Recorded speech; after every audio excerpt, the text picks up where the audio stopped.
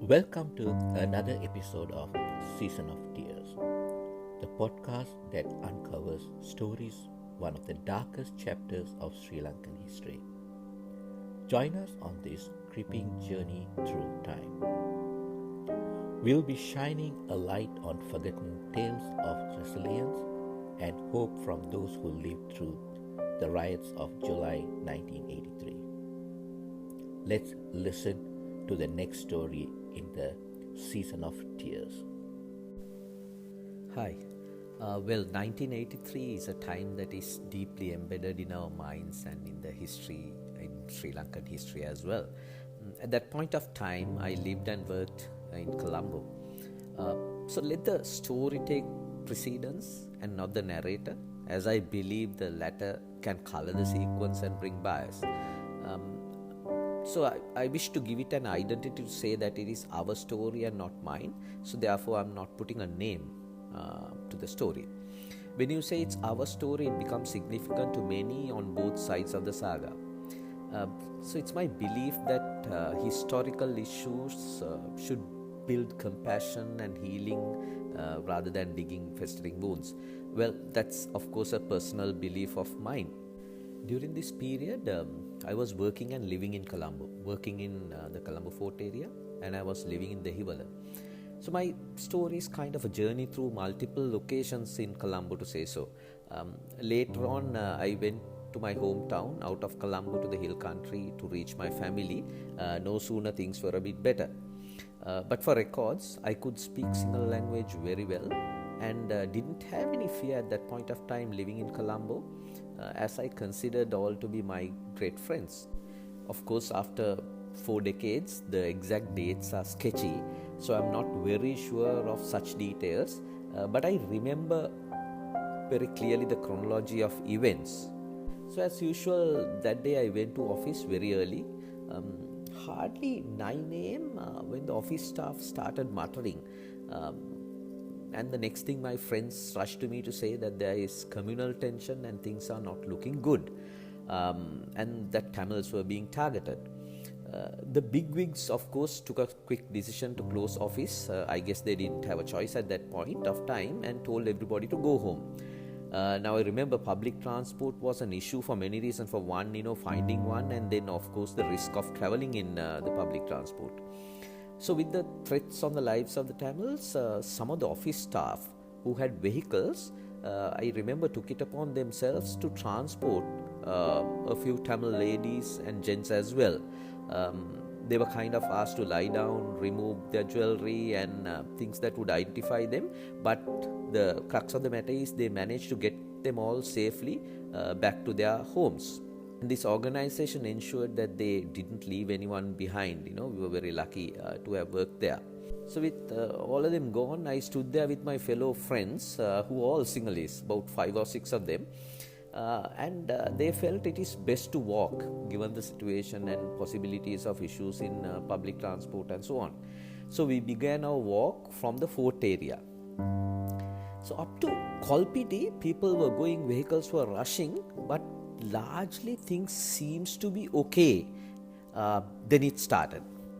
The first thing I remember to date is the sight soon after Kolpiti Junction. There was this cafe, if I remember right, it was Indo-Ceylon Cafe, I think. And it was completely gutted by fire, and there was nothing left in it, to say so. It would have been set fire probably early in the morning or late in the night. Walking further down, I could see multiple establishments burning on either side of the road. At that point, it dawned on me, things were real.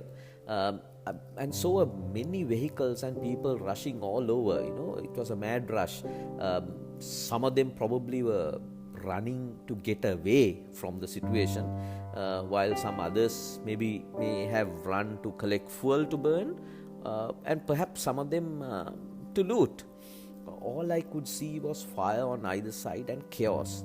And I walked very calmly with my friends at this point of time, passing Kolpiti. So walking through Bambalapitiya, Thimbrikasa areas, we saw some vehicles burning. At least one of my friends heard or spoke to somebody walking by who has apparently said that there is a person burning inside a vehicle a few yards away from where we were. But we pretended that we were not interested, and none of us wanted to be a part of seeing that. We didn't want it in our dreams. So we just didn't want to go there and see. We walked through, and at this point, it also dawned to me that the threat on the life was a serious one for Tamils, and it was not just for properties alone. Bambalapitiya was the same, it was engulfed in fire. And then as I passed Bambalapitiya and walked through, we could see looting. I very vividly still remember people helping themselves to large TVs and hi-fi sets. And if I remember right, this shop was Mangala Trade Center somewhere in Vellavatha. So people were just taking massive loads of, and emptying the showrooms nearby too, and taking everything that they wanted to, but they could help themselves with. It looked pretty scary, mobs running all over, and you as a Tamil walking through. But I did have my friends who were all Sinhalese, and so that was my comfort. And at that point, I was staying with my uncle at Dehiwala, so my friends dropped me there. So from afternoon, by evening, the situation turned from bad to worse. And that night, the neighbors who kept my uncle and them came and said that things are not looking good. It is best that we move to a camp. So they kind of called the police, and with the police escort, few families, we managed to get into a police vehicle, and we were dropped at the Ratmalana airport camp. So I went there along with my uncle's family, and the camp was hell, to say the least. This was the first day, and none of us expected it, neither we nor the authorities. We were just chucked into the hangars at the airport. Obviously, there were no toilets as such, no place to stay or sleep, no proper sanitation, no water. It was utter chaos. I don't think you can blame anybody, because it was sudden for everyone, and for the authorities, they were simply trying to protect us. For us, we were just trying to survive.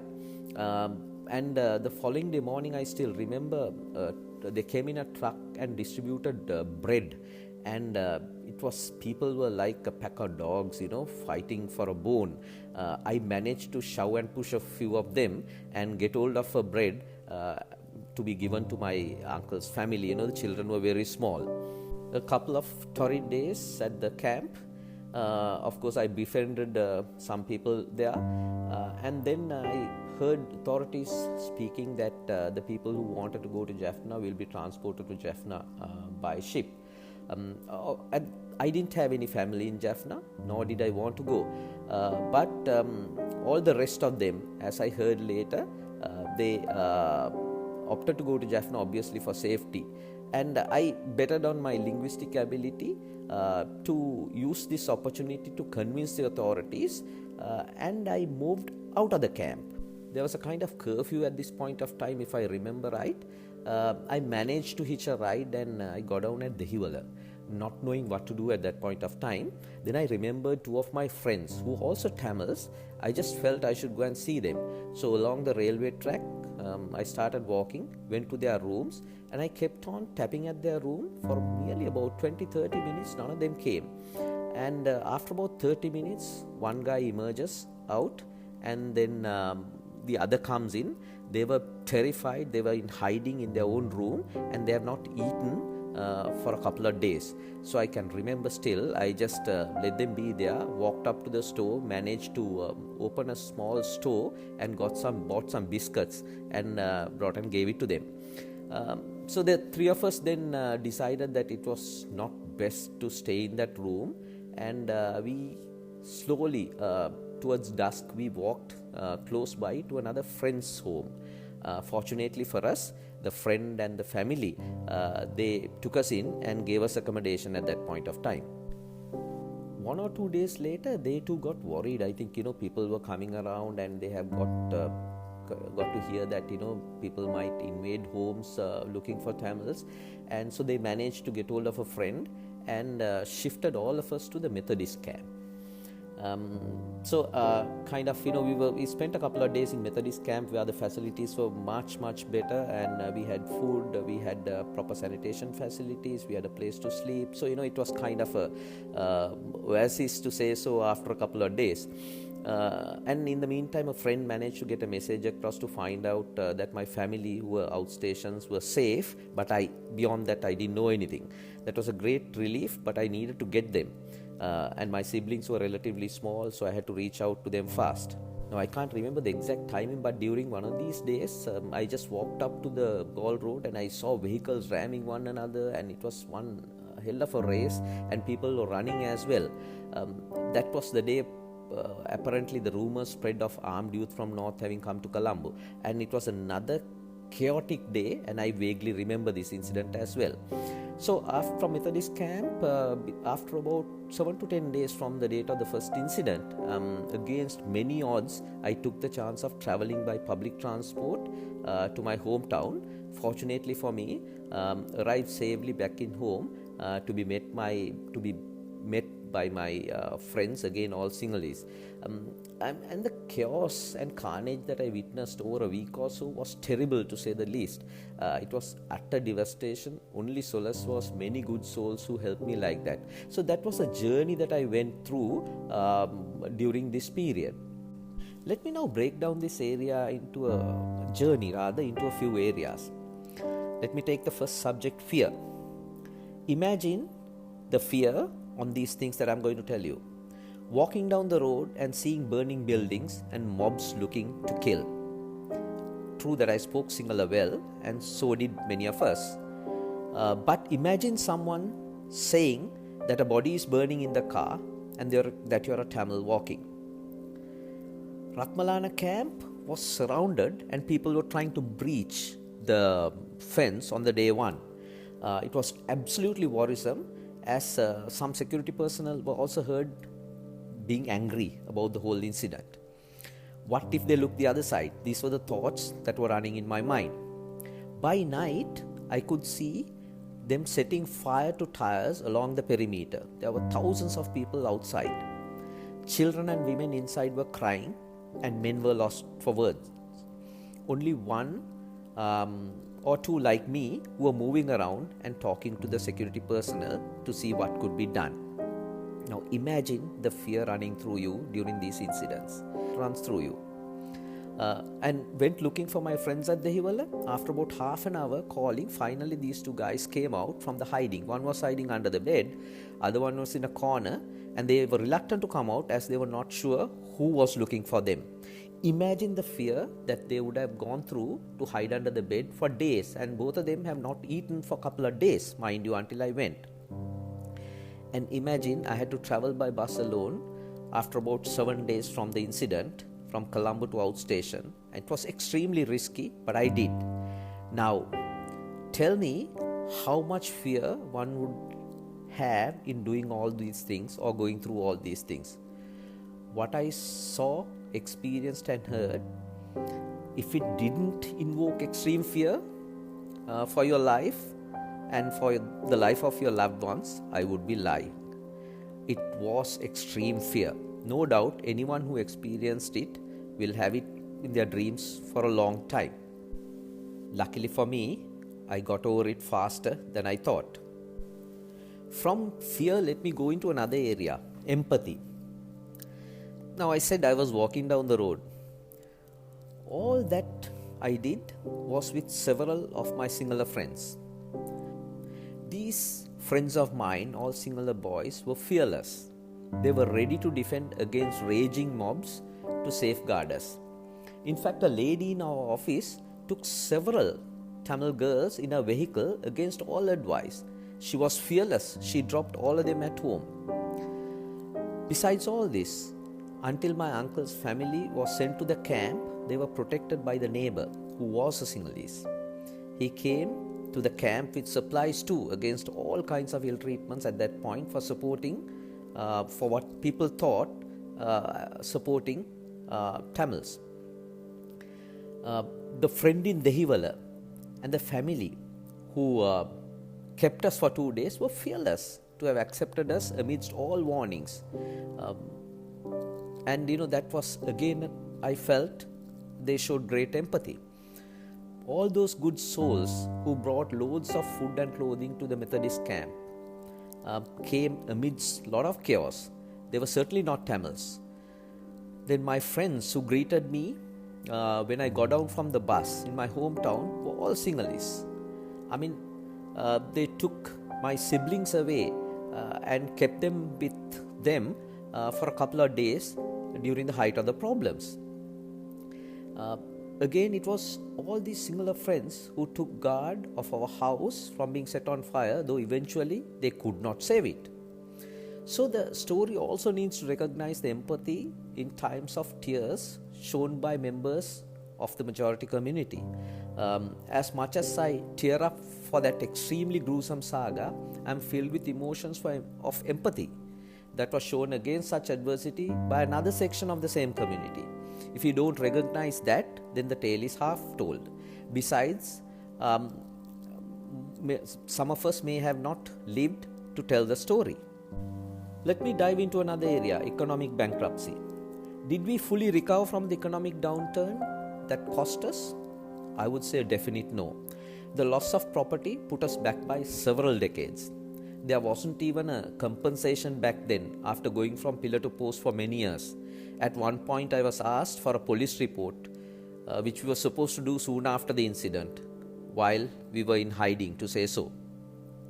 We had only the clothes that we wore. From there onwards, everything was built on debt. Many of us paid those debts and debts to others after building our life and helping siblings and family for decades.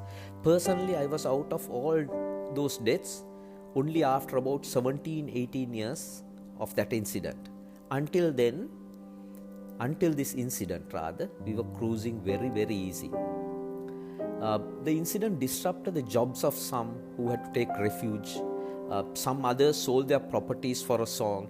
My siblings, though were doing well, had to decided to leave and go overseas simply because of fear. The economic impact was so huge, we never fully recovered. Or let me put it differently. If not for that incident, we would have been sitting pretty and probably would have retired sometime back. I think it was one of the largest economic downgrading of a community that we have witnessed. And to go into the other emotional aspect of anger. You're only human. Should I say I was not angry at all? Absolutely not. I was angry. Why us was the initial thought. Then guess we went through the phases of accepting reality and trying to come to terms with it. If anyone asks how and why I managed to control my anger, it is mainly because of the empathy shown by the people around me, as I said before. The humane touch and kindness kind of overpowered my anger. Perhaps some of us reacted to anger while others chose to respond. For those of us who responded, I believe we chose the actions more wisely, or should I say more thoughtfully. Of course, it is easier said in hindsight. Law and order was another sad thing in this entire episode. It was a complete breakdown of law and order and mob action. Perhaps willful ignorance stemming from the then leadership. Some of them went on to justify such actions, if I remember right. How could one close the eyes towards crimes of this nature? This is something that today baffles me. A reason why the divide is still largely lingering, in my opinion. Probably the start of a mindset change that was orchestrated to treat mob action with impunity. Will at some point the leaders will acknowledge this? Well, we'll have to wait and see. Well, wounds to heal, that's how I would like to end this story. To some of us who stayed back and went through many other incidents of mayhem, reconciliation was about coming to terms with reality. Also, to some of us who didn't lose the life of a family member or close relative or a friend, perhaps it was easier. But I know of some people who don't seem to have recovered. Can you blame them? Well, unless you have gone through that, you can't speak. So therefore, none of us can blame them. Like I always say, no one can say how a minority would feel against such fear. And it is something that others will never be able to comprehend unless you are a minority. Some of us have moved on and built from there and keep going. Ironically, the divide goes one within overseas and perhaps might take another generation to get or generation to close the gap, to say so. Decades since the incident, while memories of painful losses remain deep-seated on one side, so do the acts of compassion and empathy on the other side. For some of us, this balanced helped to move on. I can only hope that all who suffered will get a closure and move on into the future at some point. Thank you.